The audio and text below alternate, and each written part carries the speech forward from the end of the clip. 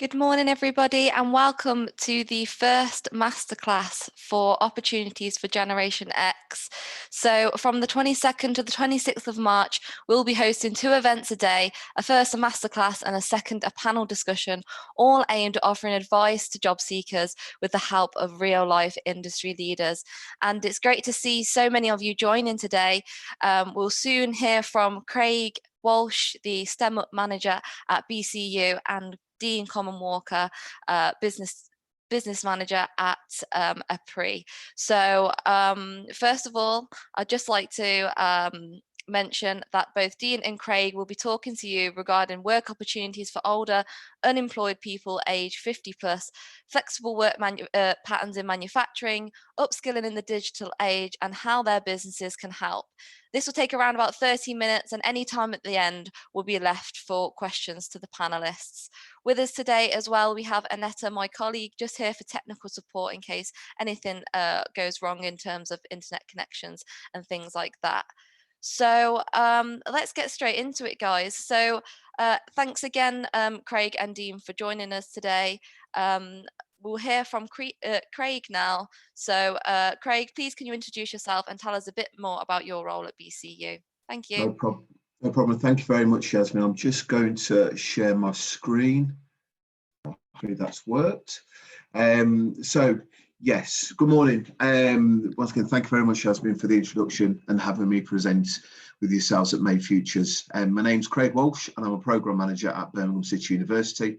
And today I'm going to inform you of how BCU and STEM Up will be able to provide opportunities for Generation X to upskill and progress their careers, either by further developing existing skills or by learning new skills. And what's more, as the project is part funded by the European Social Fund, the skills courses on offer are completely free to eligible participants. Just going to, bear with me a second. This did not happen in our practice run.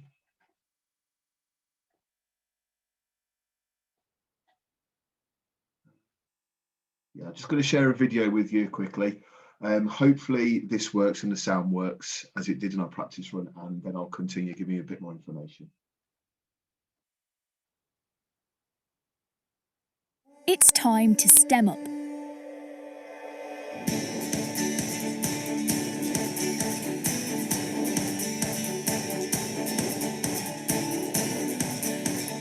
The STEM Up project, which is part funded by the European Social Fund, brings an exciting collaboration between Birmingham City University, Aston University and Solihull College and University Centre, which will work with residents in Birmingham, Solihull, Bromsgrove, Redditch and Wyre Forest.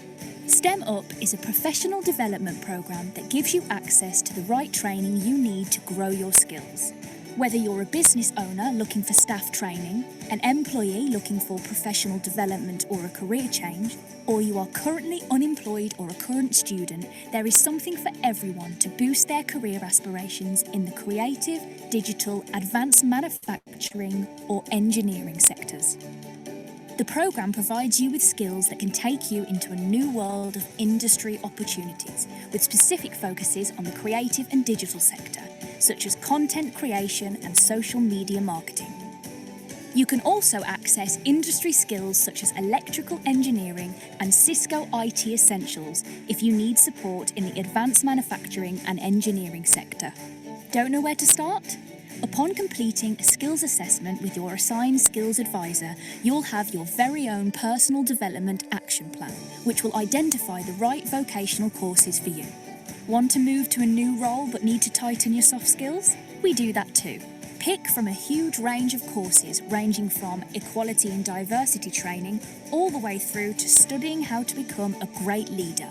Polish up on your interview techniques or build your confidence in public speaking. With STEM Up, you will be able to find a course designed to support you and your business needs. At the end of your time with the programme, you will be awarded with a certificate endorsed by the Greater Birmingham and Solihull Local Enterprise Partnership to evidence the new skills you've gained. But don't feel like this is the end of your learning journey. After completing STEM Up, Your skills advisor will also go through next steps to help you go even further, with potential referrals on to additional skill support provision if required. Interested and want to know more?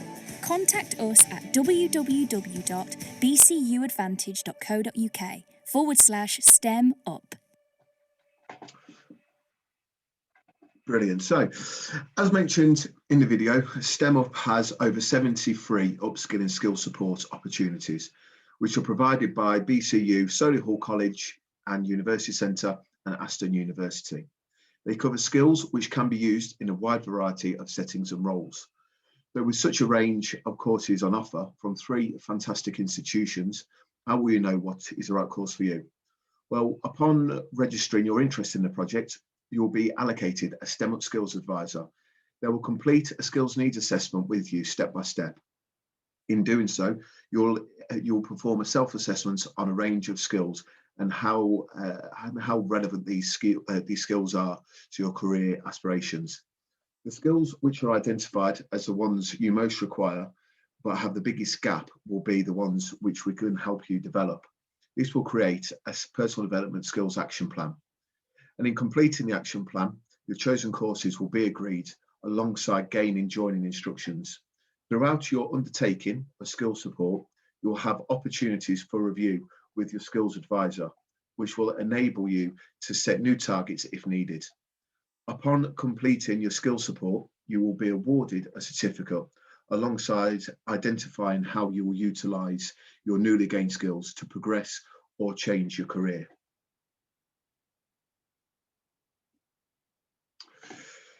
So on this slide is just a small example of the type of courses which we can provide through STEM Up between now and the end of March 2023. As you can see, our offer takes in opportunities for new skills attainment at all levels, which enables the project to benefit everybody. For example, we can provide an overview of how to create engaging and relevant visual content for inclusion on websites and various social media platforms, whilst providing an introduction into how to write or storyboard short form content and gain useful tricks in getting the message across quickly as part of our digital content creation courses.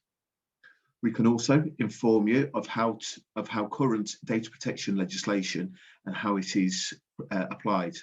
We can do this via providing organisational procedures concerning data, identify possible threats to ICT system and data, and give you ideas of how to protect against them. This will also cover consequences of not protecting data and the impact of potential breaches with our understanding data protection and data security courses. We can also give you foundation level knowledge of how Microsoft Azure cloud services and cloud computing concepts. Apologies, I'm getting my tongue twisted a little bit.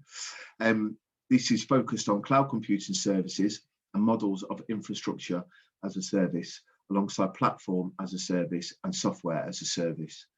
The Microsoft Azure Cloud Fundamentals also cover Microsoft Azure services and solutions, including security, privacy, compliance, trust, and support services available.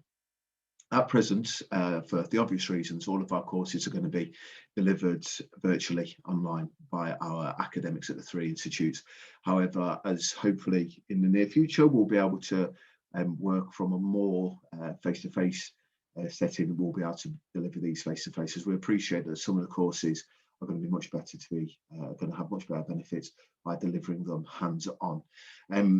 These, when they do move to face-to-face training, the timings will vary to allow for people who are currently in full-time employment to be able to do this either in their own time or be able to do that via through getting some time away from the office through their employer. That very much will differ from person to person. Everything at this moment in time will be recorded. So if an individual isn't able to attend a certain session, we will be looking to record it so someone can watch that in a time which is better suited for them. So this is how you can find out more. Firstly, through our Birmingham City University Advantage, so BCU Advantage websites with a specific STEM Up page. and also a specific STEM Up email address, which comes straight through to myself and the team, or you can email me directly to make contact. As previously mentioned, we do have this funding until the end of March 2023, so there's ample time for individuals to be able to get involved. And just to reiterate, the eligibility criteria is for individuals over the age of 18, and they have to have the right to work in the United Kingdom, and they have to live in Birmingham, Solihull, Bromsgrove, Redditch, or the Wyre Forest. And that's it from me. I'll stop sharing my screen now. Great, thank you very much for that, Craig. That's some great insight there. And any questions to Craig, please put them in the Q&A section, and we'll get them answered at the end after we hear from Dean as well. So thanks again, Craig, for doing that for us, and for letting people know more about the opportunities at STEM Up within BCU. So now we'll move over to you, Dean. So Dean is the Business Development Director at APRI. Now, APRI are a leading provider of engineering and manufacturing apprenticeships across the West Yorkshire. So Dean, thank you again for joining us today. We do really appreciate your expertise on this panel. So firstly, can you just introduce yourself and tell us a bit more about APRI and your role at APRI? Well, good morning to everybody, and thank you for joining today's session. So as Yasmin stated, my name's Dean Coleman-Walker. I'm Business Development Director at APRI Management Limited. Now, I've worked here for about 9 years, and I've spent the last 16 years in further education, which is all about learning and development for people of school leaving age and beyond that. But my origins stem back to engineering and manufacturing, which I started in over 30 years ago. So I live in Leeds, and really wanted to work in banking and finance when I was at school. But my dad told me to take a look at engineering because that was his background, and I really loved maths and physics. So he pushed me towards engineering, went for an interview, secured the role, and I started as an apprentice at a reputable company based in Leeds as a fabricator.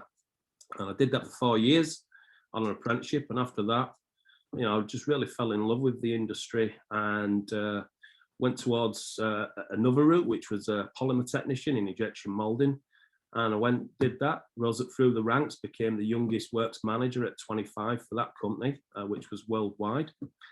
But after being an apprentice and utilising apprenticeships in my workplace, it really made me want to enter into the world of education.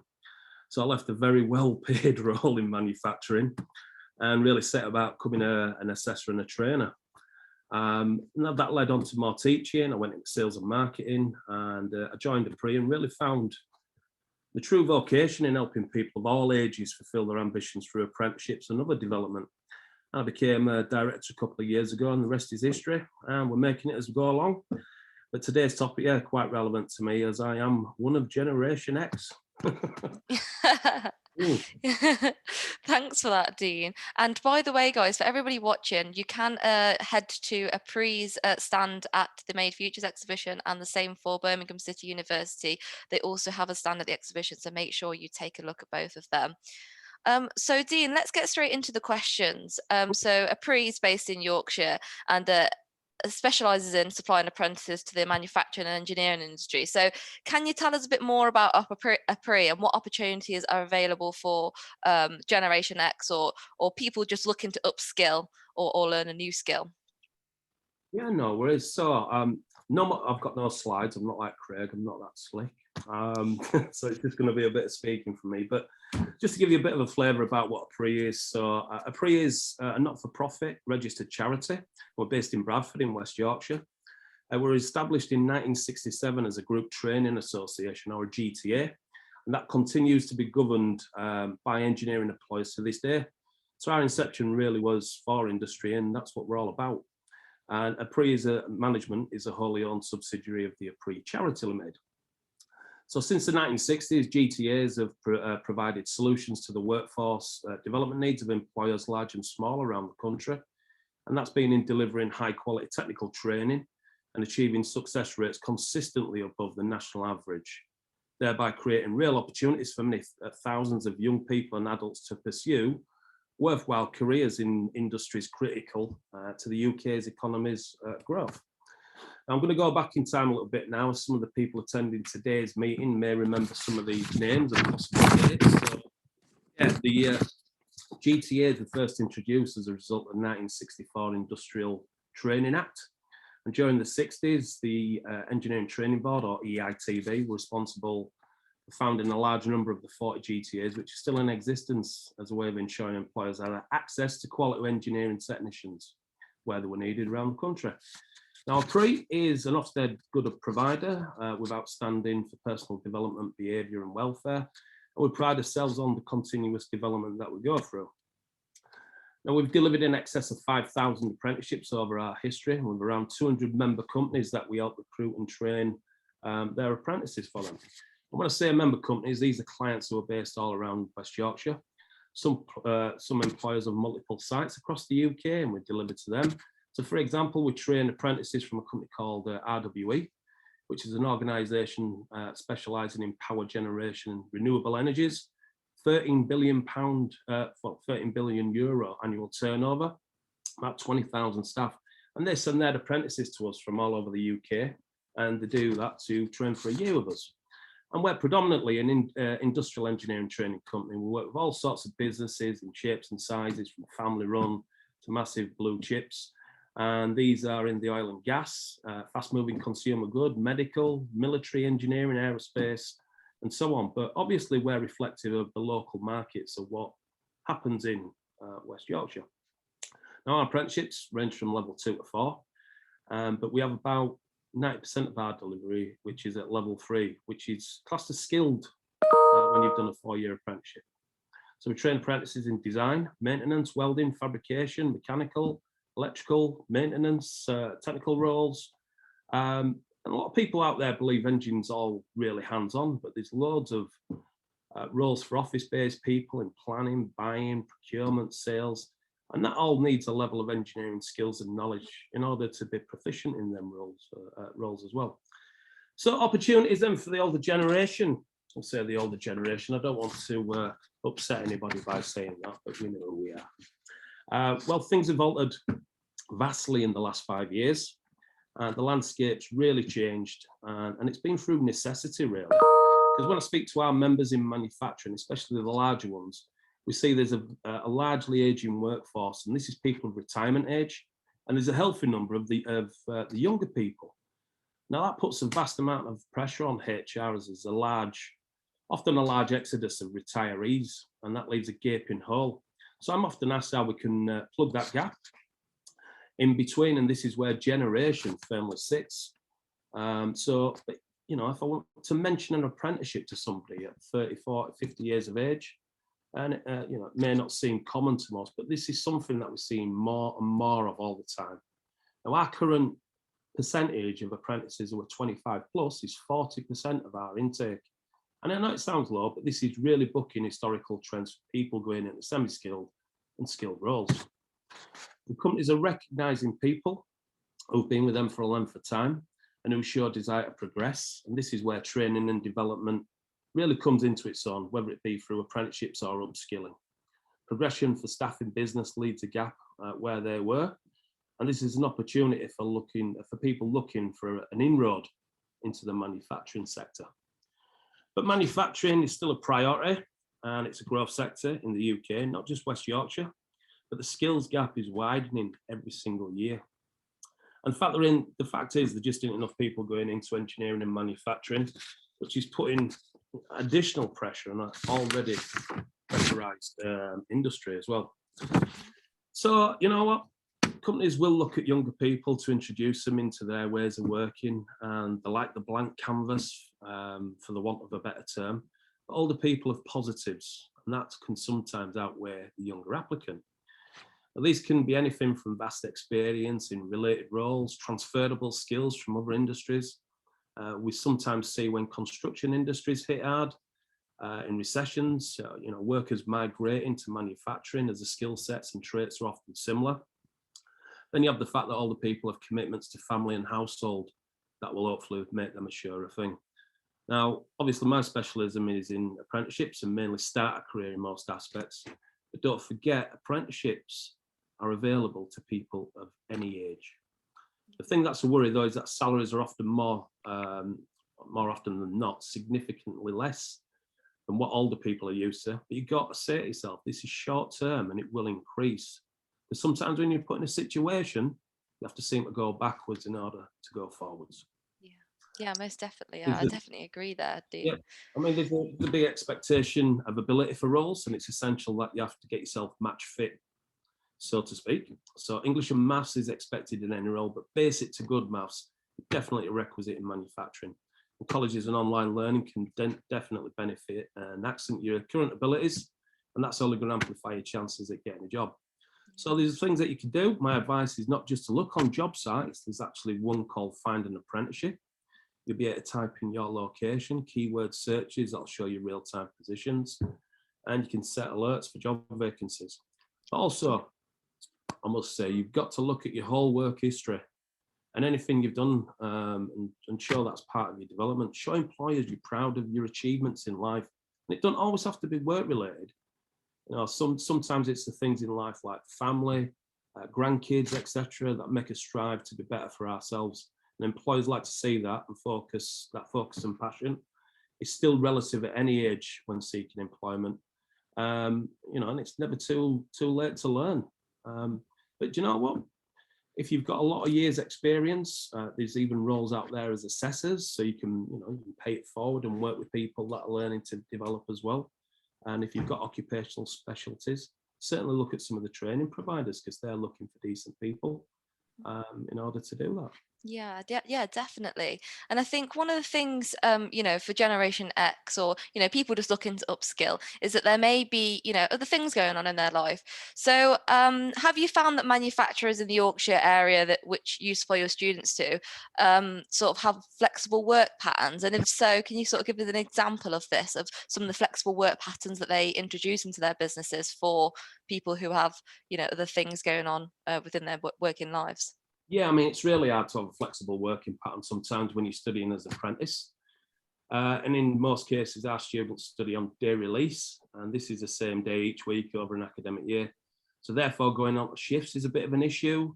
It's the same with an apprentice that might work away. Let's say if they're working in repair, maintenance, or installation engineering. It's hard for them to be working in London, let's say on a Monday, with the intention of working there all week and having to come back because they have to be in our training centre. But employers understand this and make allowances and expectations. And we offer stuff, programs such as full-time study in the first year, and that gets all the offered job qualifications done and out of the way. So there is a variety. Yeah. Okay, perfect.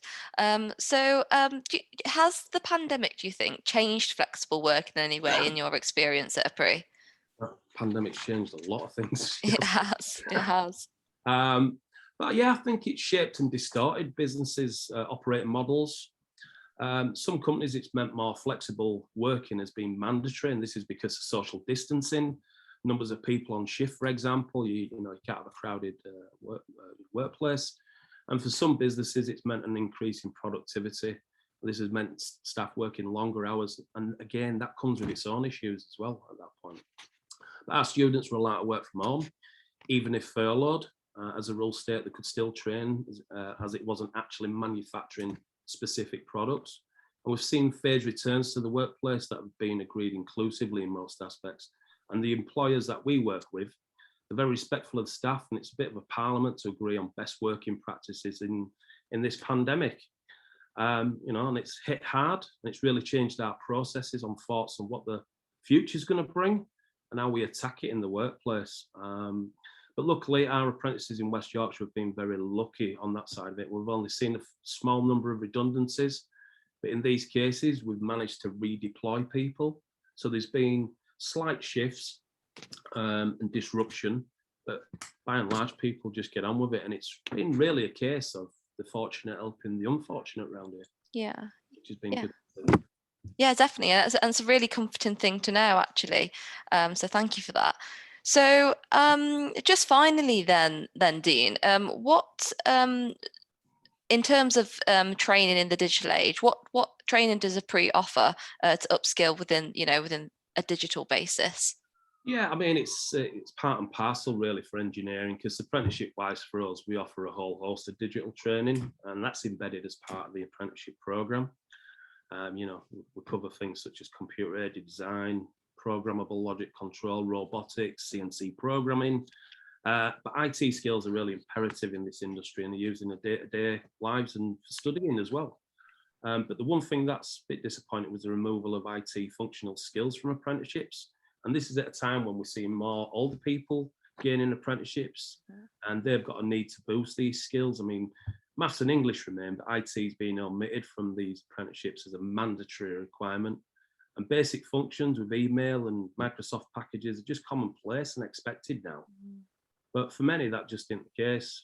That's not stopping us from training people with low IT skills, as traditional manufacturers are now implementing more technology into the manufacturing processes to become more automated. So things are changing from the traditional aspects into the more digital world.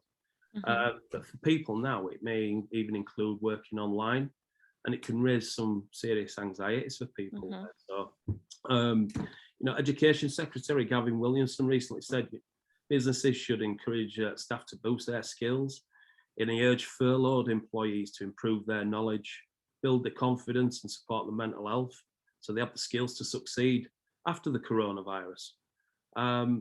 So there's lots of things out there. There's, you know, if people want to access things such as the gov.uk site, there's a government skills toolkit, and it's got some free courses on there which can boost your skill sets and hopefully offer you more chances of being employed. Yeah, most definitely. Okay. Perfect. Cheers for that, Dean. So like I mentioned, you can head to a pre-stand at the virtual exhibition, and also Birmingham City University, as we heard from Craig earlier also. So now we have lots of questions from the attendees today. So thank you everybody who has submitted questions. So if Craig, you would like to reshare your video so that we can get some questions answered. And I think one question slipped into the chat area, which comes from Danielle Moore, and it's for yourself, Craig. So can you confirm that the BCU STEM Up is only for those living in the Birmingham area, or is it open to others outside the Birmingham area? No, I'm afraid, unfortunately, as we're funded by the European Social Fund, the funding restrictions are for people who live in Birmingham, Solihull, Bromsgrove, Redditch or Wild Forest. We've already had a case where we've had to turn somebody down because they live 2 streets away from the border of Birmingham, which seems silly, but it is what it is, unfortunately, with funding. So I do apologise if that affects you. Right, okay. Perfect. Thank you for that, Craig. So I think this one is for yourself, Dean. So is the programme online that you mentioned for anyone in the country, or is it just limited for Yorkshire? Is this for me? Sorry. Yes, my apology. What the government want, the skills toolkit? Yes, yeah. Yeah, that's open for anybody in the UK, yeah. Perfect. Just go to the sites there. The hard thing is you try to tell people how to use IT, and some people don't even know how to navigate around a website. Ask some people though, you know, don't feel afraid if you've got very low IT skills. But yeah, just go on there. The government gov.uk sites are really good there for offering advice and help. And that's the whole intention, is the government supports people to get back to work. Perfect. All right, thank you for that, Dean. And I think this next question is also for you, Dean. So it says, good morning, Dean. Are there similar opportunities in the East Midlands? And that question is from Hassan. So here's your question, Hassan. Possibly. I really couldn't tell you because Yorkshire's really sort of my stomping ground. But I would have thought there'd be similar sort of positions, especially in the apprenticeship realms, for people that are a little bit older.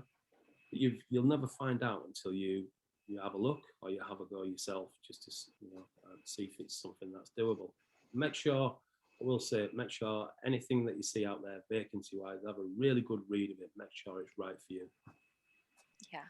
Perfect. Cheers for that, Dean. So, Craig, this question's for you. So, Afras asks, hello, as a 17-year-old studying for aerospace engineering, would a degree or apprenticeship be more suitable? I'll be brutally honest. I can only speak from my personal experience. I've only ever gone down the degree route. So I've never done an apprenticeship myself. I assume as a 17-year-old currently studying, I assume you're at a college, so I would advise you to speak to a careers consultant at the college. There's a huge difference between the two, and that is that a degree will obviously cost you a significant chunk of money, but could potentially give you a higher qualification. But those kind of questions are I apologise, I'm passing the buck a little bit, but I'm not qualified to give that kind of guidance, and I'd hate to give you the wrong kind of guidance. So I would advise you strongly to speak to somebody within the institute that you're currently studying as to where you think is best next to go. But there are a lot of funding, there's a lot of funding around high-level apprenticeships at this moment in time, so you might be able to get onto the right one where you can do a degree apprenticeship, which is obviously, I imagine, the perfect scenario. Yeah, perfect. Cheers for that, Craig. And how about you, Dean? In your experience, what do you think, or from a pre perspective, a degree or apprenticeship? Well, I'm a massive advocate of apprenticeships, obviously. Of course, of course. But yeah, even if you look at things such as the Office of National Statistics, it's favouring people that are coming from an apprenticeship background.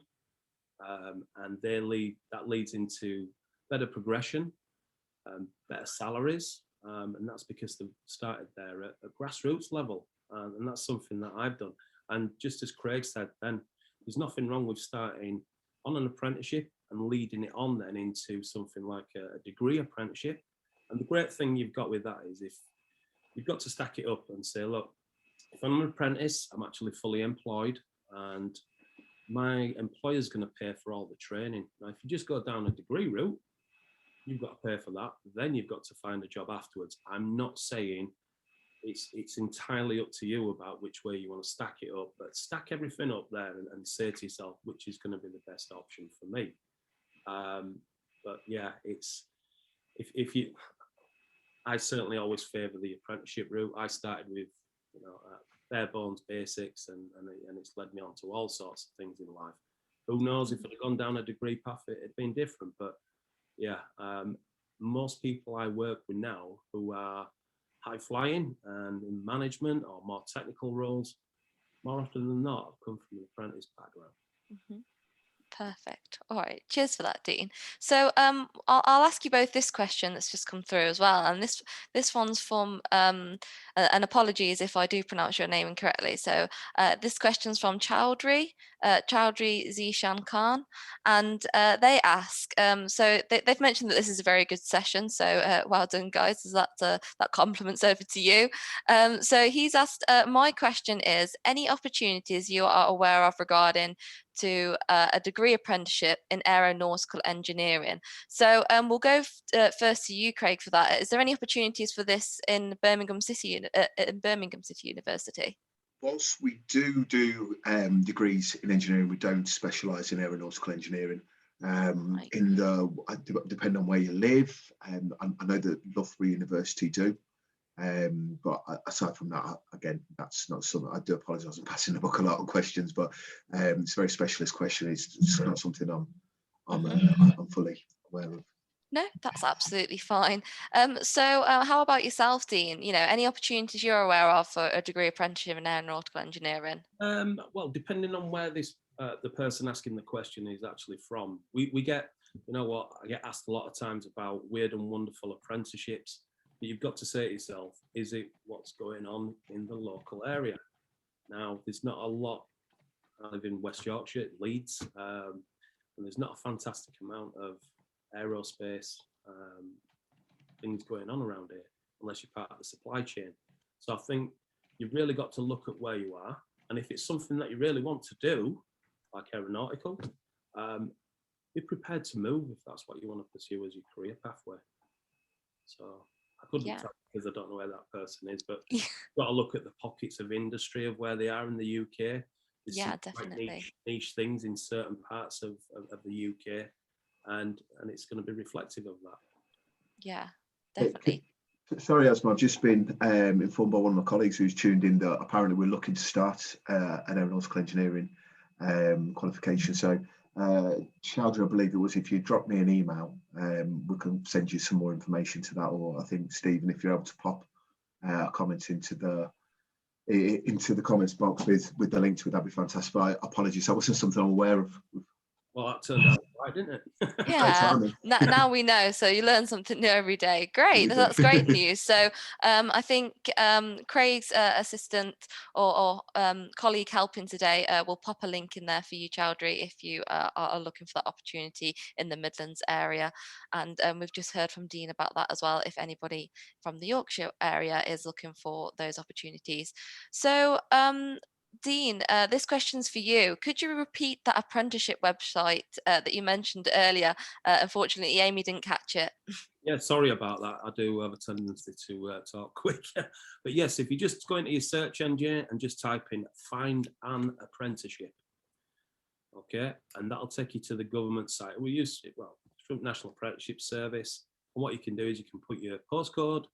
You can put in keyword searches. So if you want to, let's say, be an accountant or you want to be an engineer, and it'll tell you, it'll then look at a catchment area and it'll tell you the positions that are available. And when you click into that, they are real positions, and it'll tell you about the role, it'll tell you about the hours of work, the training, the salary, and everything else that goes with it. But you can set links up on there, not links, alerts on there as well. So rather than you having to go in all the time, it'll alert you when there's things that are of the, whatever you're looking to do. Perfect. Find an apprenticeship. So there's your answer. Find an apprenticeship. Type that in, and this opportunity should come up for you. So hopefully that is clarified for you.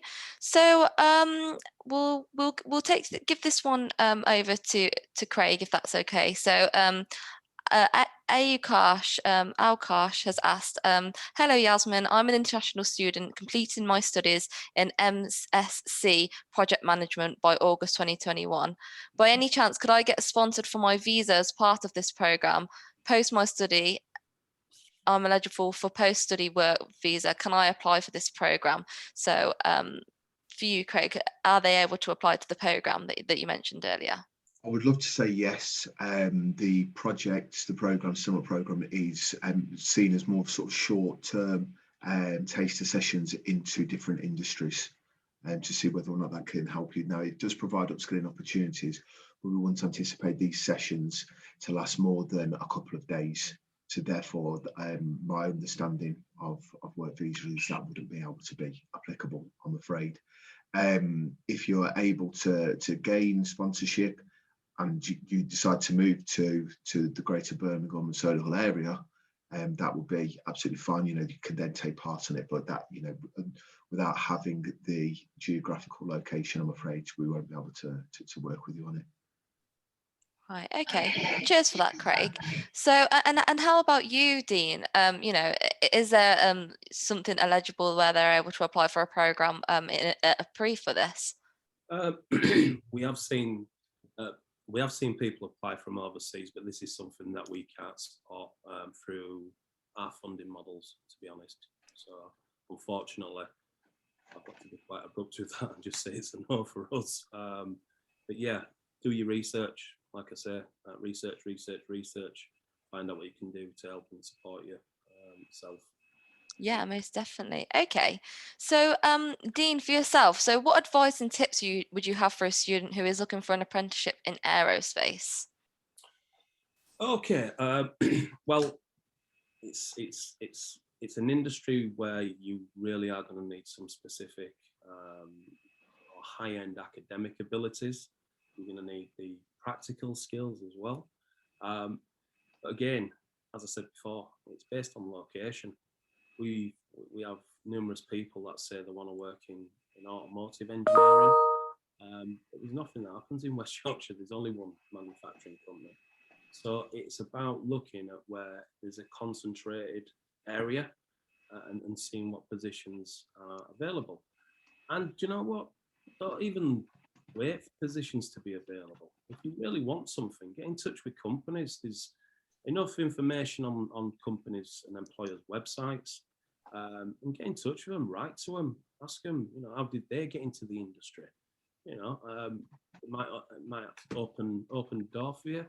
Might say, why did you come down and have a little chat? And hopefully, they might fall in love with you and offer you a position. But yeah, if you don't ask, worst they can say is no, isn't it? And that's it, really. So Yeah. ask, don't wait for the opportunities to arise. If it's what you want to do, ask them. Yeah. You're going to need the technical skills for sure. Now, for us, for anything that we're looking at level 3 apprenticeships, we certainly have the maths, English and science at least grade 4 or equivalent and above. So that's C grade and higher. In something like aerospace, I would imagine the employers have got a big expectancy of the academic.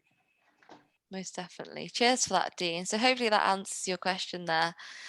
So we only have 5 minutes of the session left, so apologies if we can't answer all of your questions today, but thank you so much for everybody's engagement. It looks like the advice that Craig and Dean have offered you guys today has been really useful, because we have had so many questions.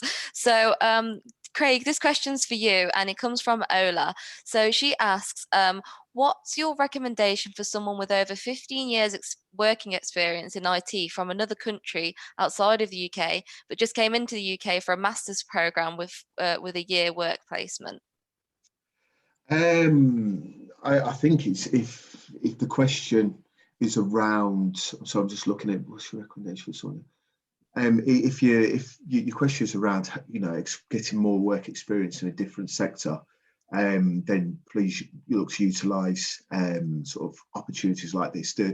Whilst I'm very much focused on where the funding area is for this project, if you're not based in the Birmingham area, there will be projects like this being delivered by universities and further education colleges across the country. So get in touch with them and have a look. I would thoroughly advise as much as possible to get as much transferable skill experience as possible.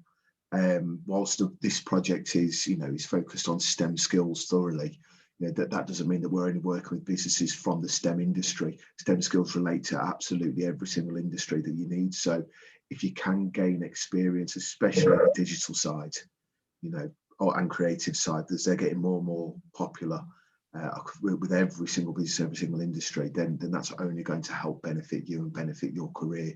So yeah, if you are living in the Birmingham area, please have a look at our website or get in touch.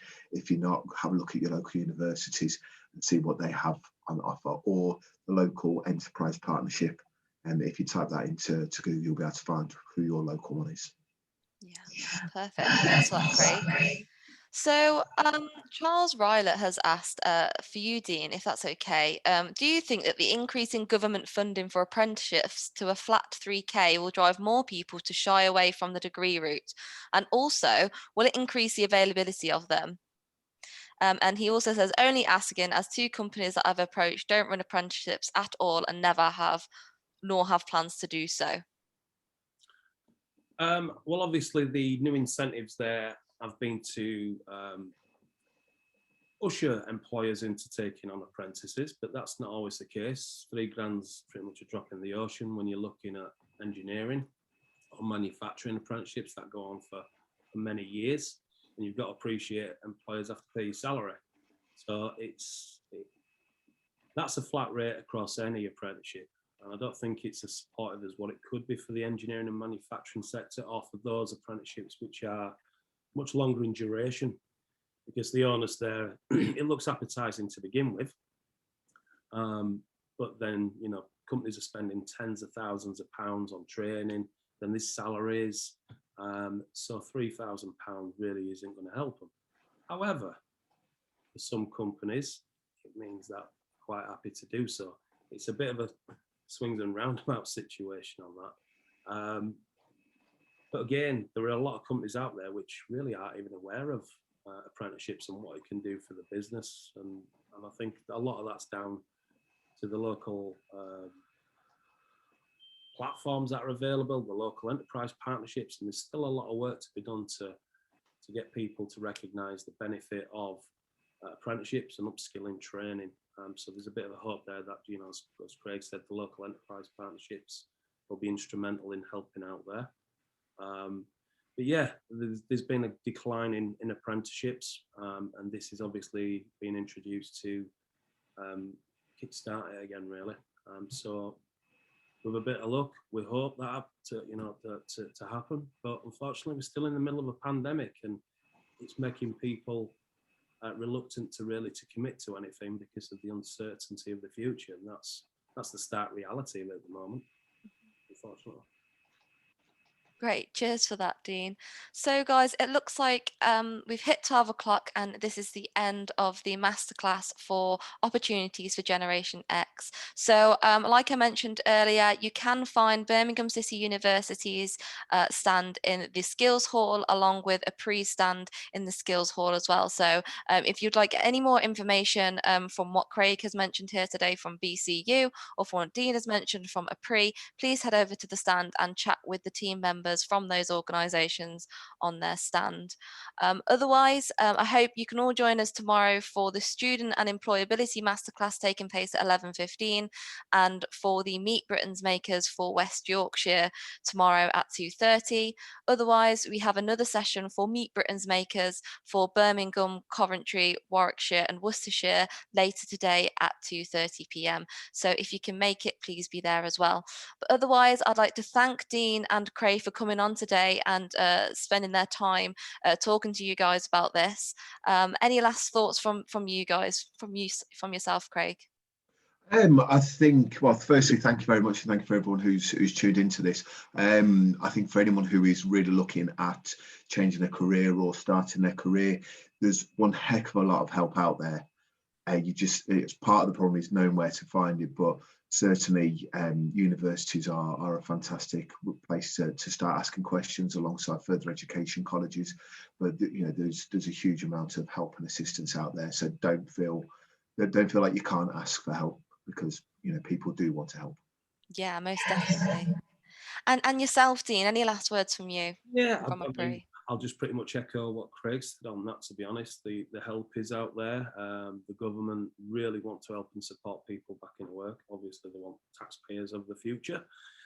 So they'll do what they can to introduce that. But I know it's an easy thing to say, but just try and remain positive. It feels like we're starting possibly to come out at the end of this now.